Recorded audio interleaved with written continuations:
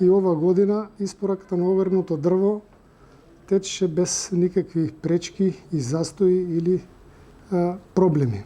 Значи, огревното дрво и таа за грејната 2021 година течеше без никакви пречки, јас тоа го реков. Значи, граѓаните досега речиси целосно уплатените дрва што ги има во подружницата се подигнати и испорачани.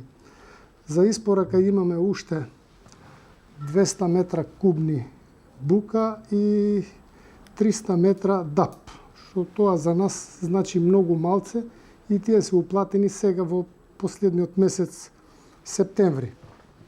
Значи, ова година производството беше исто така како и претходната година, не можам да кажам да е нешто повеќе или помалку, бидејќи ние работиме согласно плановите, посебните планови и не можеме повеќе да стопанисуваме отколку што ни дозволуваат плановите. Значи, и да има потреба повеќе не можеме да сечеме. Значи, тоа е тоа.